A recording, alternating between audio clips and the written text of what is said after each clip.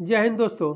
हम लोग एनसीईआरटी के प्रश्न श्रृंखला को आगे बढ़ाते हैं। इस सेशन में हम लोग भारतीय संविधान एवं राज्य व्यवस्था यानी इंडियन कॉन्स्टिट्यूशन एंड पॉलिटी के जो इम्पोर्टेंट टॉपिक है राष्ट्रपति एवं उपराष्ट्रपति ओके से संबंधित इम्पोर्टेंट प्रश्नों को प्रारंभ करते हैं। बहुत ही एग्जाम के दृष्टिकोण से बहुत ही इम्पोर्टेंट यह टॉपिक है। तो आइए इस सेशन के प्रश्नों को हम लोग प्रारंभ करते हैं।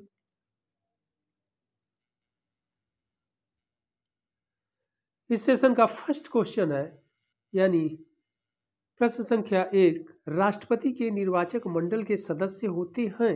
ओके, तो राष्ट्रपति के निर्वाचक मंडल में सदस्य होते हैं, कौन लोग होते हैं? फर्स्ट कह रहा है संसद के दोनों सदनों के निर्वाचित सदस्य। ओके, तो यह तो सही है, 1 तो सही है, संसद के दोनों सदनों के निर्वाचित सदस्य होते हैं। 2 नंबर कह रहा है राज्य विधानमंडल के दोनों सदनों के निर्वाचित सदस्य। ये तो नहीं होता है। ओके, आगे हम लोग देख लेते हैं और क्लियर कर लिया जाएगा। थर्ड कर रहा है कि सभी राज्यों की विधानसभाओं के निर्वाचित सदस्य, हाँ यह भी सही है, सभी राज्यों के विधानसभाओं के निर्वाचित सदस्य ये तो होते हैं, सही है। फोर्थ कह रहा है दिल्ली और पांडिचेरी के विधानसभाओं के निर्वाचित सदस्य, यह भी सही है। ओके, दिल्ली और पांडिचेरी के विधानसभाओं के निर्वाचित सदस्य भी राष्ट्रपति के निर्वाचक मंडल के सदस्य होते हैं। अब 2 नंबर कह रहा है राज्य विधानमंडल के दोनों सदनों के निर्वाचित सदस्य, तो दोनों सदनों शब्द दे दिया है, तो दोनों सदन नहीं होता है क्योंकि भारत के सभी राज्यों में 2 सदन नहीं है। ओके, तो 2 सदन का मतलब क्या है कि विधानसभा और विधान परिषद, इसलिए सिर्फ विधानसभाओं के ही सदस्य भाग लेते हैं, वह भी निर्वाचित सदस्य। इसलिए नंबर 3 का रहा है, थर्ड का रहा है सभी राज्यों की विधानसभाओं के निर्वाचित सदस्य, यह सही है। इस प्रकार अगर इसका सही देखा जाएगा आंसर तो 1 हो जाएगा, इसके बाद 3 हो जाएगा और 4 हो जाएगा। ओके, 2 नहीं होगा। अब इसमें कूट में सही आंसर क्या है उसको हम लोग देखते हैं। सही आंसर को हम लोग देखते हैं कि सही आंसर में ये कह रहा है 1 2 3, ये तो नहीं होगा। ओके, 1 2 3 2 तो नहीं ही होगा।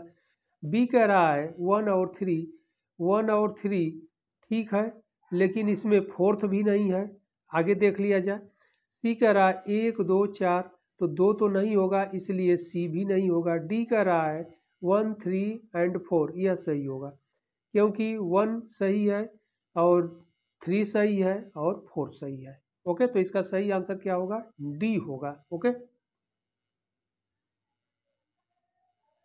एक्सप्लेन भी नॉलेजेबल है, इसको हम लोग देख लेते हैं। संविधान के अनुच्छेद 54 के अनुसार राष्ट्रपति का निर्वाचन ऐसे निर्वाचक मंडल द्वारा किया जाएगा जिसमें फर्स्ट कह रहा है संसद के दोनों सदनों के निर्वाचित सदस्य। ओके, यानी इलेक्टेड मेंबर, निर्वाचित सदस्य, ध्यान रखना है, मनोनीत नहीं। सेकंड कह रहा है राज्यों की विधानसभाओं के निर्वाचित सदस्य। ओके, यानी राज्यों की विधानसभाओं के निर्वाचित सदस्य। और थर्ड कह रहा है दिल्ली और पांडिचेरी विधानसभाओं के निर्वाचित सदस्य। और दिल्ली और पांडिचेरी को जो इस निर्वाचन मंडल में, राष्ट्रपति के निर्वाचन मंडल में सदस्य बनाया गया, वह 70वें संविधान संशोधन अधिनियम 1992 यानी 1992 के द्वारा इसमें सम्मिलित किया गया या जोड़ दिया गया। ओके, आगे कह रहा है जम्मू कश्मीर संघ राज्य क्षेत्र के निर्वाचित सदस्यों को अभी शामिल नहीं किया गया है। तो जम्मू कश्मीर संघ राज्य क्षेत्र के निर्वाचित सदस्यों को अभी शामिल नहीं किया गया है। तो यह 3 सही है, 1 2 और 3। ओके, तो यह बहुत इंपॉर्टेंट है, एक बार और देख लीजिए, एग्जाम के लिए बहुत इंपॉर्टेंट है। संसद के दोनों सदनों के निर्वाचित सदस्य, राज्यों की विधानसभाओं के निर्वाचित सदस्य, और नंबर 3 दिल्ली और पांडिचेरी विधानसभाओं के निर्वाचित सदस्य। ओके,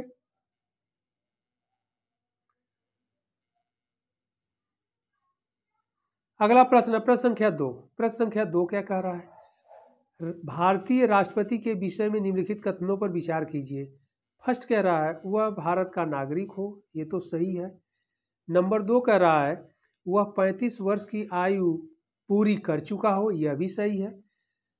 3 कह रहा है, थर्ड कह रहा है वह संसद का सदस्य निर्वाचित होने की योग्यता रखता हो, तो संसद का सदस्य निर्वाचित होने की योग्यता यह नहीं होगा, संसद नहीं अपितु लोकसभा। संसद की जगह लोकसभा रहता तब यह सही होता, अभी तो संसद शब्द दे दिया है इसलिए यह सही नहीं होगा। इसमें सही क्या होगा? 1 और 2। इस प्रकार 1 और 2 किसमें है वो हम लोग देखते हैं। 1 और 2, 1 और 2, ए कर रहा है केवल एक, ये नहीं होगा। बी कर रहा है केवल 2, यह नहीं होगा। सी कर रहा है 1 और 2, 1 2, यही सही होगा। ओके, डी कर रहा है 1 और 3, यह भी नहीं सही होगा। एक्सप्लेन को भी हम लोग देख लेते हैं। नॉलेजेबल है। संविधान के अनुच्छेद 58(1) के अनुसार कोई व्यक्ति राष्ट्रपति तभी निर्वाचित होगा जब वह नंबर 1 फर्स्ट क्या कह रहा है, भारत का नागरिक हो। सेकंड कह रहा है 35 वर्ष की आयु पूरी कर चुका हो। थर्ड कह रहा है लोकसभा का सदस्य निर्वाचित होने की योग्यता रखता हो। यहाँ पर क्या है, लोकसभा, जबकि प्रश्न में क्या दिया है, संसद, इसलिए हमेशा ध्यान रखना है। ओके,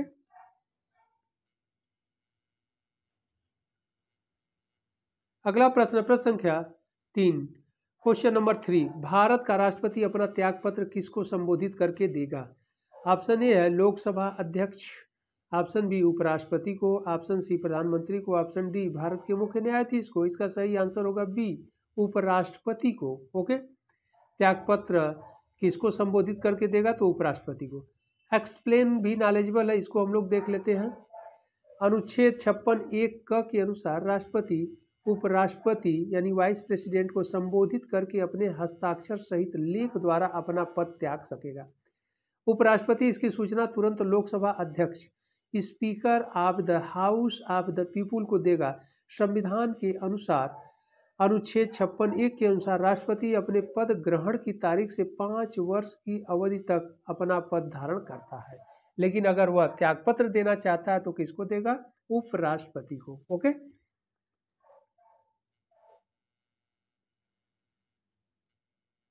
अगला प्रश्न, प्रश्न संख्या 4, क्वेश्चन नंबर 4, भारत के निम्नलिखित राष्ट्रपतियों में से कौन ट्रेड यूनियन आंदोलन से संबद्ध रहे हैं? इंपॉर्टेंट क्वेश्चन है।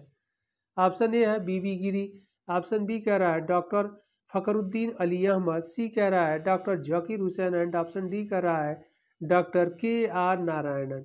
इसका सही आंसर होगा ए, वी गिरी। यह ट्रेड यूनियन आंदोलन से संबद्ध थे रहे यानी जुड़े रहे। ओके, एक्सप्लेन भी नॉलेजेबल है, हम लोग देख लेते हैं। बीबी गिरी भारत के चौथे राष्ट्रपति थे। इनका कार्यकाल 1969 से 1974 तक था। वे अखिल भारतीय ट्रेड यूनियन कांग्रेस यानी all India trade union Congress के 2 बार अध्यक्ष रहे थे। डॉक्टर जाकिर हुसैन तथा डॉक्टर फखरुद्दीन अली अहमद का निधन, डेथ, उनके कार्यकाल में ही हो गया था। ओके, तो इस प्रकार यह बीबी गिरी क्या थे, 2 बार अध्यक्ष रहे हैं, किसके, all India trade union Congress यानी अखिल भारतीय ट्रेड यूनियन कांग्रेस के। अगला प्रश्न है प्रश्न संख्या 5, क्वेश्चन नंबर 5, कह रहा है भारत सरकार का संवैधानिक अध्यक्ष कौन होता है? इंपॉर्टेंट क्वेश्चन है। ऑप्शन ए है राष्ट्रपति, ऑप्शन बी प्रधानमंत्री, ऑप्शन सी भारत का मुख्य न्यायाधीश, ऑप्शन डी कह रहा है महान्यायवादी। इसका सही आंसर होगा ये, राष्ट्रपति होता है संवैधानिक अध्यक्ष। ओके, एक्सप्लेन को भी हम लोग देख लेते हैं। भारत सरकार का संवैधानिक अध्यक्ष राष्ट्रपति होता है। संविधान के अनुच्छेद 53(1) के अनुसार संघ की कार्यपालिका शक्ति, एग्जीक्यूटिव पावर, राष्ट्रपति में निहित होगी और वह इसका प्रयोग संविधान के अनुसार स्वयं अथवा या अपने अधीनस्थ यानी सबऑर्डिनेट अधिकारियों द्वारा करेगा। अनुच्छेद 53(2) के अनुसार राष्ट्रपति संघ के सशस्त्र बलों का सर्वोच्च कमांडर होता है। ओके, आगे हम लोग देखते हैं। अगला इंपॉर्टेंट प्रश्न है प्रश्न संख्या 6, क्वेश्चन नंबर 6, कह रहा है भारत के राष्ट्रपति या उपराष्ट्रपति के निर्वाचन के संबंध में विवादों का समाधान कौन कर सकता है? ओके, इंपॉर्टेंट क्वेश्चन है। ऑप्शन ए है भारत का महाधिवक्ता, बी संसद, सी सर्वोच्च न्यायालय, डी इनमें से कोई नहीं। इसका सही आंसर सी होगा, सुप्रीम कोर्ट, सर्वोच्च न्यायालय। कह रहा है भारत के राष्ट्रपति या उपराष्ट्रपति के निर्वाचन के संबंध में विवादों का समाधान कौन कर सकता है? सर्वोच्च न्यायालय का सर्वोच्च न्यायालय। ओके, एक्सप्लेन भी हम लोग देख लेते हैं, नॉलेजेबल है। संविधान के अनुच्छेद 71(1) के अंतर्गत राष्ट्रपति यानी प्रेसिडेंट या उपराष्ट्रपति यानी वाइस प्रेसिडेंट के निर्वाचन इलेक्शन से संबंधित सभी शंकाओं यानी जो डाउट्स है और विवादों का समाधान भारत का उच्चतम न्यायालय यानी सुप्रीम कोर्ट करेगा और उसका निर्णय अंतिम होगा। ओके, यानी सुप्रीम कोर्ट इन विवादों का और शंकाओं का निवारण करेगा और उसके द्वारा दिया गया निर्णय क्या होगा, अंतिम होगा।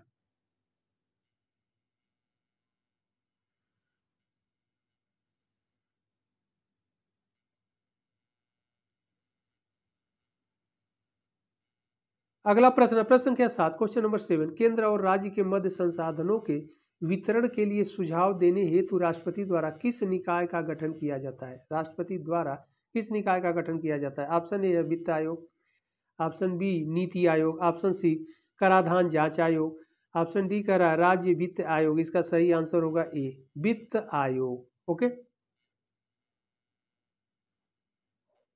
एक्सप्लेन को भी हम लोग देख लेते हैं। संविधान के अनुच्छेद 280 के अंतर्गत प्रत्येक 5 वर्ष की समाप्ति पर या उससे पूर्व राष्ट्रपति एक वित्त आयोग यानी फाइनेंस कमीशन का गठन करेगा, जिसमें एक अध्यक्ष और 4 अन्य सदस्य होंगे।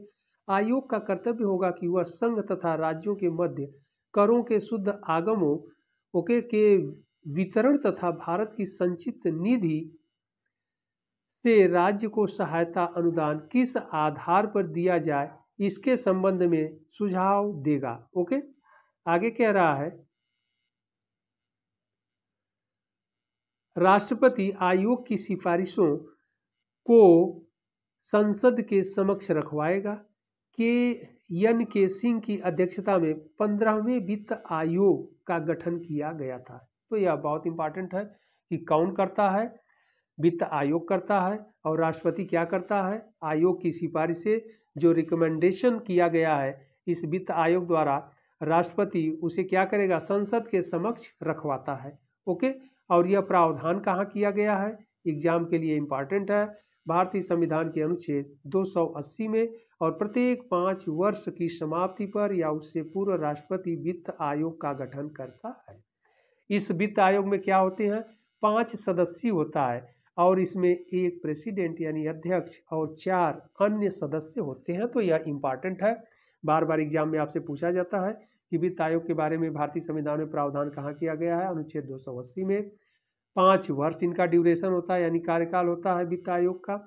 इसमें एक अध्यक्ष और 4 अन्य सदस्य होते हैं। ओके, और यह आयोग यानी वित्त आयोग जो फाइनेंस कमीशन होता है, यह अपनी सिफारिश राष्ट्रपति को सौंपता है और राष्ट्रपति क्या करते हैं, संसद के पटल पर रखवाते हैं। ओके, तो यह बहुत इंपॉर्टेंट है एग्जाम के दृष्टिकोण से।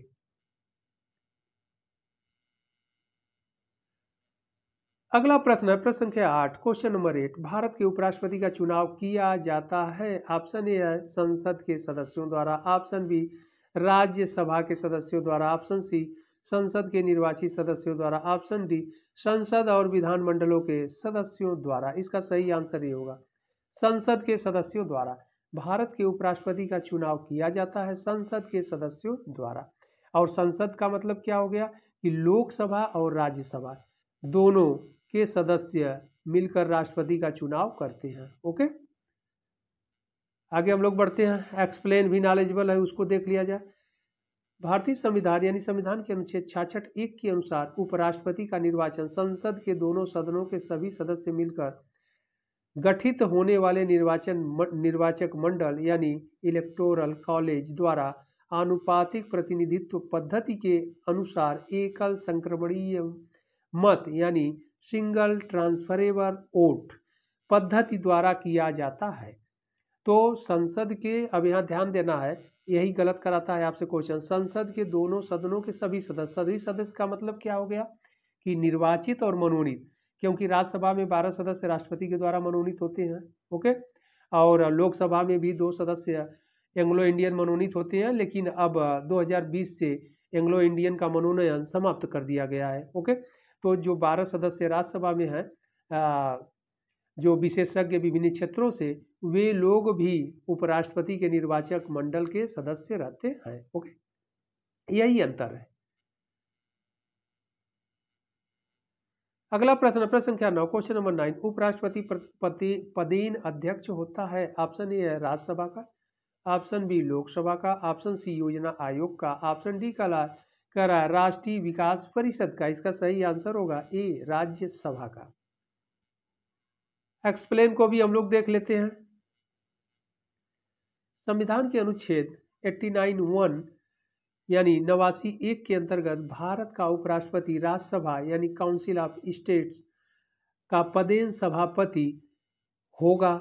भारत के उपराष्ट्रपति के पद संबंधी प्रावधान अमेरिका के संविधान से लिया गया है। अब यहाँ पर ध्यान रखना है कि भारत में जो उपराष्ट्रपति का पद क्रिएट किया गया है या लिया गया है वह अमेरिका के संविधान से लिया गया है। ओके, और भारत का उपराष्ट्रपति राज्यसभा का क्या होता है, पदेन सभापति होता है। इस बात का उल्लेख कहाँ है, भारतीय संविधान के आर्टिकल 89(1) में।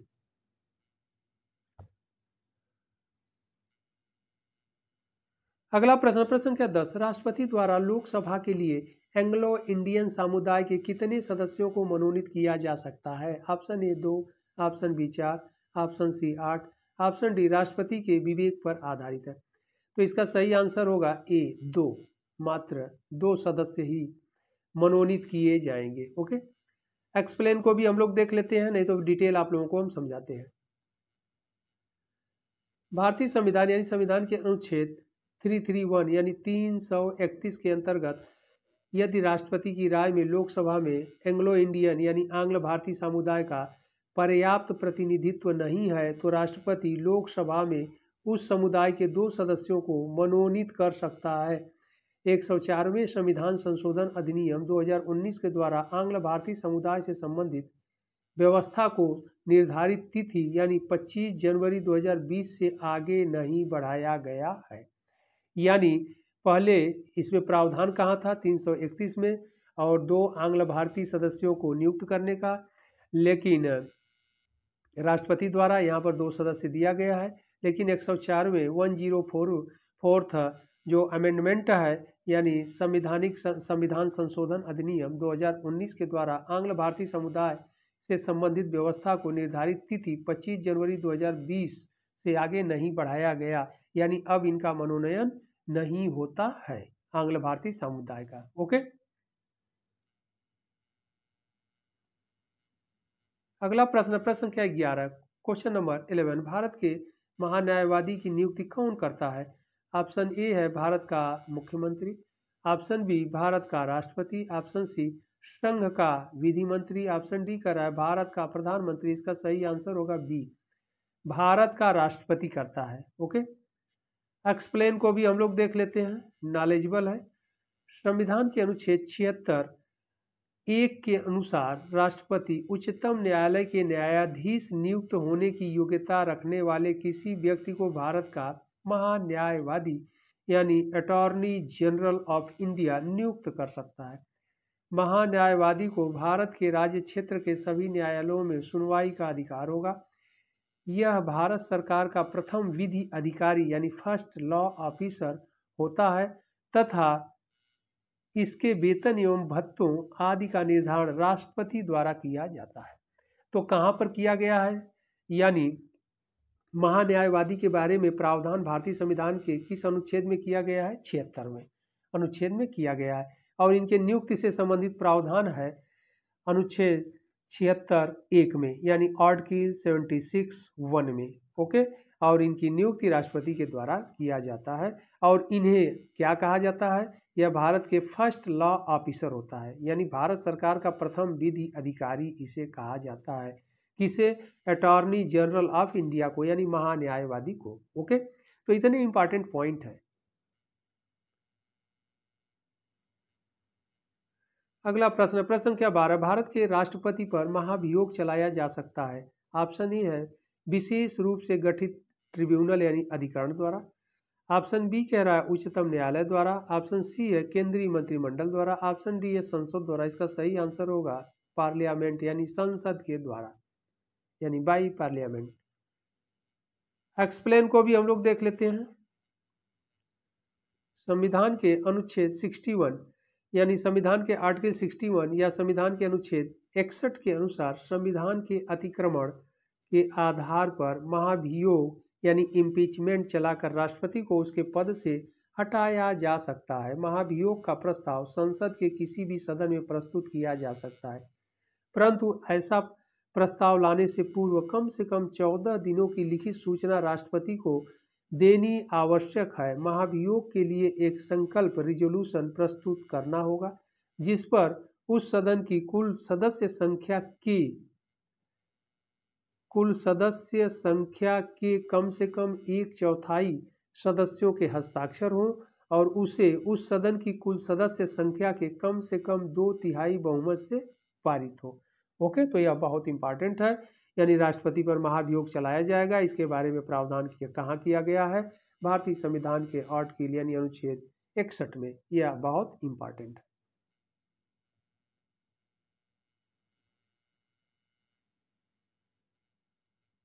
अगला प्रश्न, प्रश्न संख्या 13 कह रहा है निम्नलिखित में से किसे भारत के राष्ट्रपति के रूप में निर्विरोध चुना गया था? ऑप्शन ए है doctor Rajendra Prasad, option B doctor S Radhakrishnan, option C कह रहा है डॉक्टर एन संजीव रेड्डी और ऑप्शन डी कह रहा है डॉक्टर शंकर दयाल शर्मा। इसका सही आंसर होगा C, doctor N Sanjiva Reddy. Okay,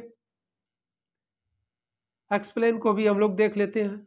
doctor Neelam Sanjiva Reddy Bharat के एकमात्र निर्विरोध चुने जाने वाले राष्ट्रपति थे। इनका कार्यकाल 1977 से 1982 तक था। वे भारत के 6वें राष्ट्रपति थे।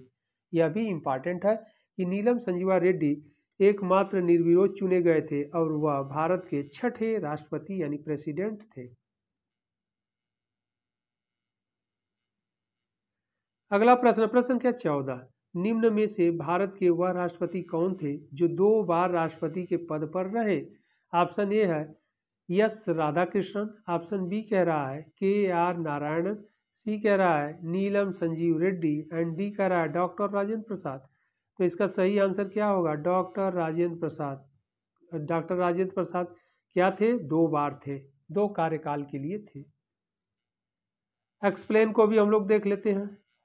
भारत के प्रथम राष्ट्रपति डॉक्टर राजेंद्र प्रसाद एकमात्र व्यक्ति थे जो राष्ट्रपति पद के लिए 1952 से 1957 ईस्वी तथा 1957 से 1962 ईस्वी तक 2 बार निर्वाचित हुए थे। तो यह बहुत इंपॉर्टेंट है। ओके,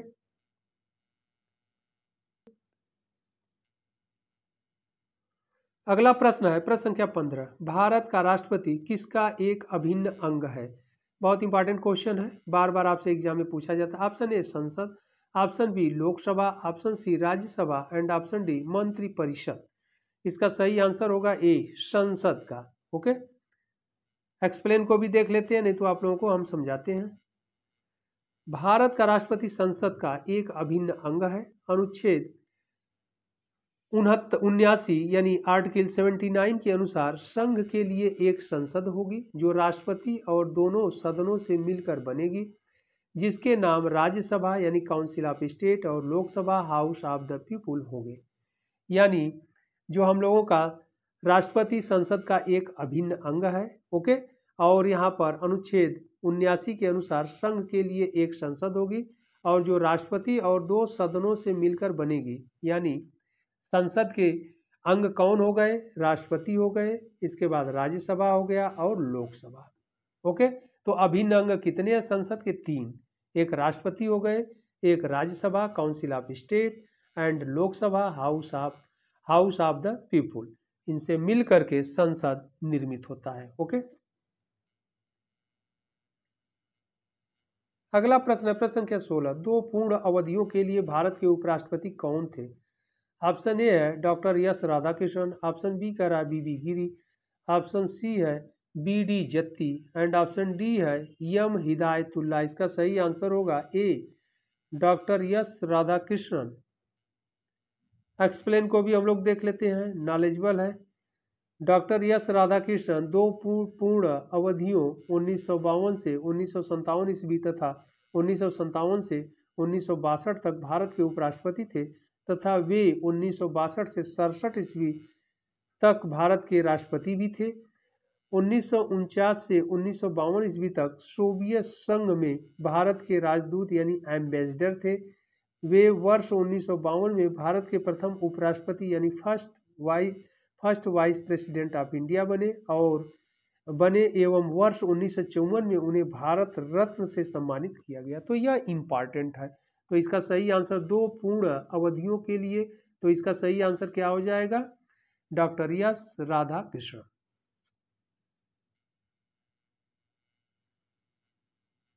अगला प्रश्न, प्रश्न संख्या 17, राष्ट्रपति द्वारा संसद के दोनों सदनों के लिए कुल कितने सदस्यों को मनोनीत किया जा सकता है?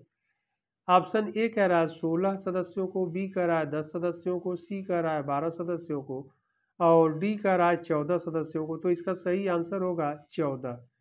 ओके, लेकिन एक्सप्लेन को देख लेते हैं फिर आपको समझाते हैं। क्योंकि राष्ट्रपति द्वारा संसद के दोनों सदन कह दिया है, तो दोनों सदन का मतलब यह हो गया कि 2 हो गया लोकसभा और 12 हो गया राज्यसभा। ओके, तो दोनों मिलाकर के 14 हो गया। लेकिन अब क्या है, अब क्वेश्चन ऐसे नहीं पूछेगा अगर, क्योंकि संसद में जो 2 एंग्लो इंडियन है इनका जो मनोनयन है अब 2020 से समाप्त कर दिया गया है, आगे नहीं बढ़ाया गया है। तो अब क्या रहेंगे कि अब सदस्य संख्या पूछेगा तो 12 ही रहेगा। ओके, लेकिन यहाँ पर 14 रहेगा क्योंकि संसद के दोनों सदनों के लिए कह रहा है। एक्सप्लेन को भी हम लोग देख लेते हैं। राष्ट्रपति संसद के दोनों सदनों के लिए कुल 14 सदस्यों को मनोनीत नॉमिनेटेड करता है। संविधान के अनुच्छेद 83 के अंतर्गत राष्ट्रपति राज्यसभा के लिए 12 सदस्यों को मनोनीत करता है जो साहित्य, विज्ञान, कला और समाज सेवा क्षेत्र में विशेष ज्ञान एवं व्यवहारिक अनुभव रखते हो। अनुच्छेद 331 के तहत राष्ट्रपति, अनुच्छेद 331 के तहत राष्ट्रपति लोकसभा में आंग्ल भारतीय समुदाय के 2 सदस्यों को मनोनीत करता है।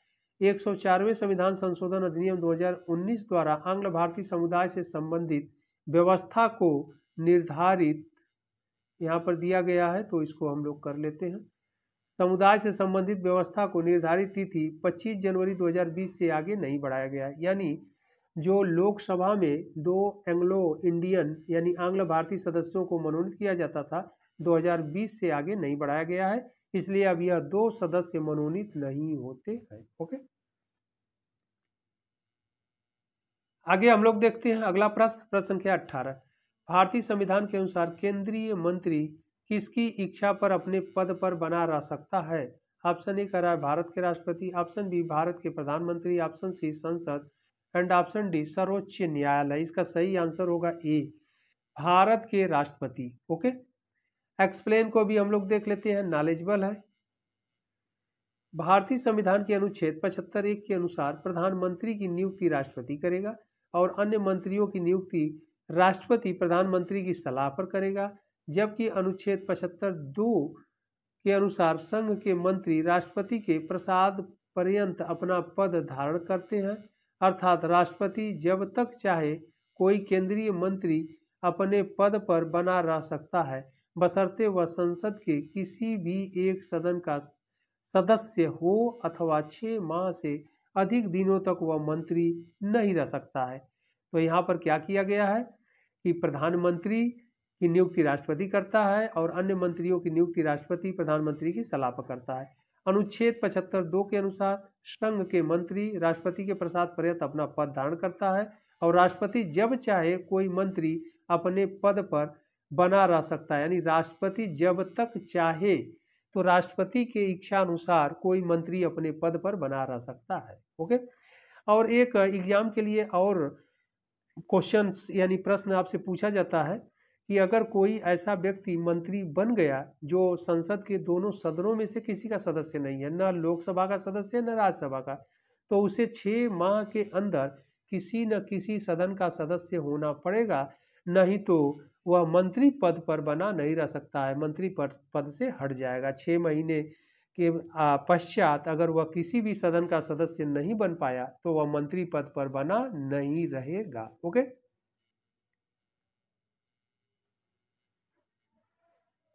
अगला प्रश्न, प्रश्न संख्या 19, भारत के राष्ट्रपति के पद के लिए निर्वाचन का आयोजन निम्नलिखित में से कौन कराता है? इंपॉर्टेंट क्वेश्चन है। ओके, इसका ऑप्शन हम लोग देखते हैं। ऑप्शन ए कह रहा है भारत का उपराष्ट्रपति, बी कह रहा है भारत का निर्वाचन आयोग, सी कह रहा है भारत के मुख्य न्यायमूर्ति। ऑप्शन डी कह रहा है भारत के अटॉर्नी जनरल। इसका सही आंसर होगा बी, भारत का निर्वाचन आयोग। ओके, एक्सप्लेन को भी हम लोग देख लेते हैं, नॉलेजेबल है। संविधान के अनुच्छेद 324(1) के अनुसार राष्ट्रपति और उपराष्ट्रपति के पदों तथा संसद और प्रत्येक राज्य विधानमंडल के लिए निर्वाचनों यानी इलेक्शंस का आयोजन भारत के निर्वाचन आयोग यानी इलेक्शन कमीशन ऑफ इंडिया के द्वारा किया जाएगा या किया जाता है। यानी भारतीय संविधान के अनुच्छेद 324(1) में यह प्रावधान किया गया है कि राष्ट्रपति और उपराष्ट्रपति के पदों तथा संसद और प्रत्येक राज्य विधानमंडल के लिए निर्वाचनों यानी इलेक्शंस का आयोजन भारत के निर्वाचन आयोग के द्वारा किया जाएगा यानी इलेक्शन कमीशन ऑफ इंडिया के द्वारा। ओके, अगला प्रश्न, प्रश्न संख्या 20, राष्ट्रपति का अध्यादेश कितनी अवधि के लिए लागू रहता है? ऑप्शन ए है 3 माह, ऑप्शन बी 6 माह, ऑप्शन सी 9 माह एंड ऑप्शन डी अनिश्चित काल के लिए। इसका सही आंसर होगा बी, 6 माह के लिए। एक्सप्लेन को भी हम लोग देख लेते हैं, नॉलेजेबल है।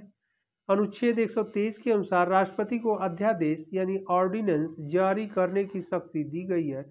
राष्ट्रपति इस शक्ति का प्रयोग उस समय तक करता है जब संसद का कोई एक सदन अथवा दोनों सदन सत्र में न हो। ओके, राष्ट्रपति द्वारा जारी अध्यादेश 6 माह के लिए लागू रहता है, परंतु संसद के सत्र प्रारंभ होने के 6 सप्ताह के अंदर यही अध्यादेश को स्वीकार करने वाला प्रस्ताव पारित हो जाता है तो वह अधिनियम बन जाता है। ओके, तो यह इंपॉर्टेंट है, एक बार फिर देख लीजिए आप लोग, बड़ा नॉलेजेबल है। अनुच्छेद 123 के अनुसार राष्ट्रपति को अध्यादेश जारी करने की शक्ति दी गई है, तो यह बहुत इंपॉर्टेंट है। किस अनुच्छेद में कभी भी आर्टिकल पूछ देगा तो 1, 2, 3 में दिया गया, आर्टिकल 1, 2, 3 में।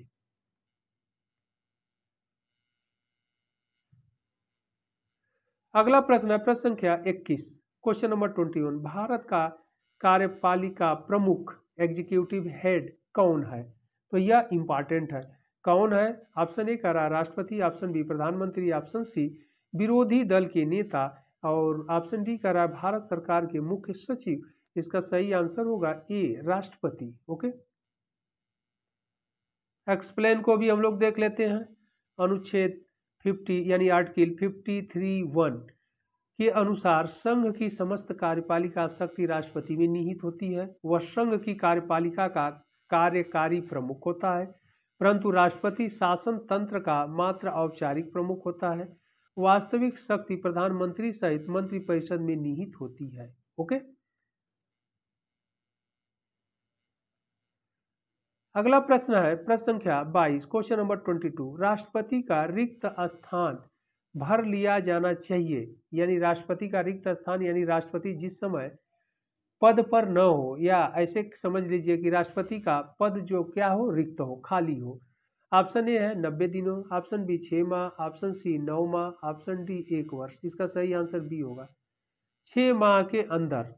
ओके, रिक्त है यानी खाली है, तो 6 माह के अंदर राष्ट्रपति का चुनाव कर लिया जाना चाहिए। एक्सप्लेन को भी हम लोग देख लेते हैं।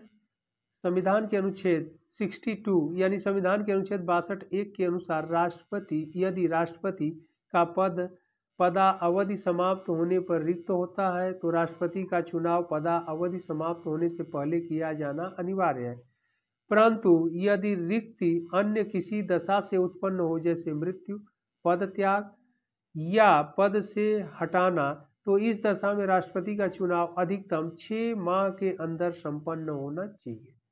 यानी अनुच्छेद भारतीय संविधान के आर्टिकल 62(1) में यह प्रावधान किया गया है कि राष्ट्रपति का कार्यकाल 5 वर्ष होता है, तो 5 वर्ष पूरा होने से पहले ही अगले राष्ट्रपति का चुनाव कर लिया जाता है। ओके, लेकिन अगर किन्हीं अन्य कारणों से राष्ट्रपति के पद पर रहते मृत्यु हो गई, पद त्याग दे दिए किसी कारणवश, या पद से हटा दिया गया महाभियोग के कारण, तब ऐसे कंडीशन में राष्ट्रपति का जो चुनाव है अधिकतम 6 माह के अंदर संपन्न करा लिया जाएगा। ओके, अगला प्रश्न है प्रश्न संख्या 23 क्वेश्चन नंबर 23। यदि मृत्यु, त्यागपत्र अथवा हटाए जाने की स्थिति में भारत के राष्ट्रपति का पद रिक्त हो जाए तो उस पद का कार्यभार कौन संभालेगा? ऑप्शन ए है प्रधानमंत्री, ऑप्शन बी सुप्रीम कोर्ट का मुख्य न्यायाधीश, ऑप्शन सी उपराष्ट्रपति और ऑप्शन डी है उपर्युक्त में से कोई नहीं। इसका सही आंसर होगा सी, उपराष्ट्रपति। ओके, उपराष्ट्रपति के पद का सृजन इसीलिए किया गया है कि जब राष्ट्रपति किन्हीं अन्य कारणों से यदि मृत्यु हो जाए, त्यागपत्र अथवा पद से हटा दिए जाए महाभियोग के द्वारा, तो उपराष्ट्रपति राष्ट्रपति के रूप में कार्य करेगा। ओके, एक्सप्लेन को भी हम लोग देख लेते हैं।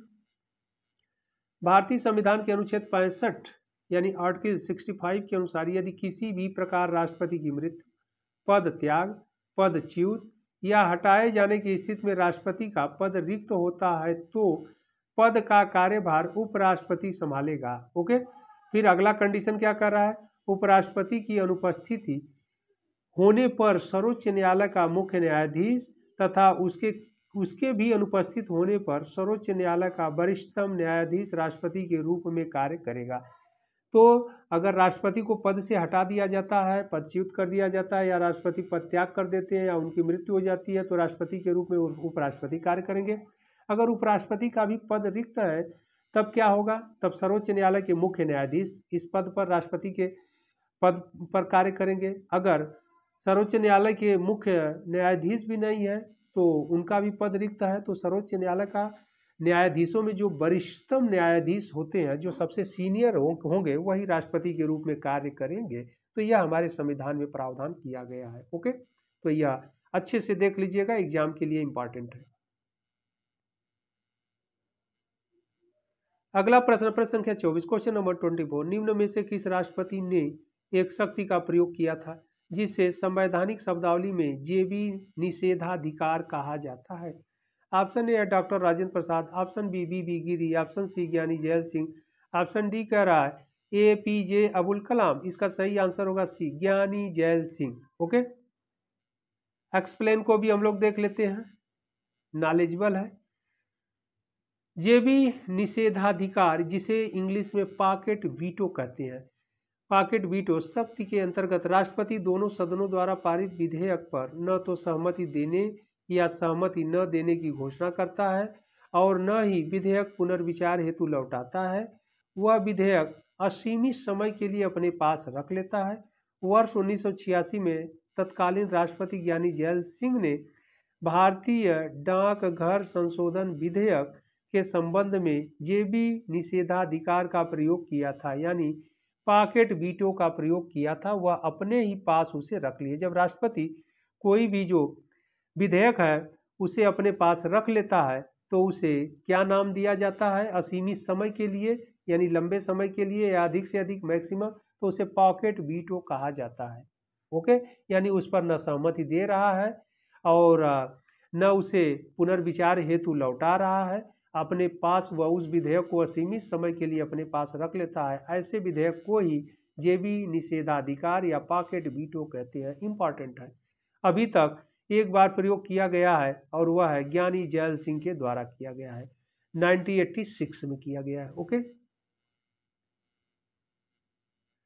अगला प्रश्न है प्रश्न संख्या 25 क्वेश्चन नंबर 25। संसद के लिए राष्ट्रपति का अभिभाषण कौन तैयार करता है? इंपॉर्टेंट क्वेश्चन है। ऑप्शन ए है स्वयं राष्ट्रपति, ऑप्शन बी लोकसभा अध्यक्ष, ऑप्शन सी राज्यसभा के सभापति, ऑप्शन डी केंद्रीय मंत्रिमंडल। इसका सही आंसर डी होगा, केंद्रीय मंत्रिमंडल तैयार करता है। ओके, एक्सप्लेन भी नॉलेजेबल है, देख लिया जाए। संसद के लिए राष्ट्रपति का अभिभाषण केंद्रीय मंत्रिमंडल द्वारा तैयार किया जाता है क्योंकि वास्तविक कार्यपालिका शक्ति केंद्रीय मंत्रिमंडल में ही निहित है। ओके, तो राष्ट्रपति का अभिभाषण कौन तैयार करता है? केंद्रीय मंत्रिमंडल। अगला प्रश्न है प्रश्न संख्या 26 क्वेश्चन नंबर 26। निम्नलिखित में से कौन से भारतीय राष्ट्रपति लोकसभा अध्यक्ष भी रहे हैं? इंपॉर्टेंट क्वेश्चन है। ऑप्शन ए है Fakhruddin Ali Ahmed, option B doctor Shankar Dayal Sharma, option C doctor Zakir Hussain, option D Neelam Sanjiva Reddy. इसका सही आंसर होगा डी, नीलम संजीव रेड्डी। एक्सप्लेन को भी हम लोग देख लेते हैं। एक्सप्लेन क्या कर रहा है? नीलम संजीव रेड्डी व्यक्ति क्रम में भारत के छठे व पदानुसार 8वें राष्ट्रपति रहे हैं। इनका कार्यकाल वर्ष 1977 से 82 तक था। इससे पूर्व वे 2 अवधियों 17 मार्च 1967 से 19 जुलाई 1969 एवं 26 मार्च 1977 से 13 जुलाई 1977 तक लोकसभा अध्यक्ष भी रहे हैं। ओके, तो यह बहुत ही इम्पॉर्टेंट है, यानी 2 कार्यकाल के लिए यह लोकसभा के अध्यक्ष भी रहे हैं।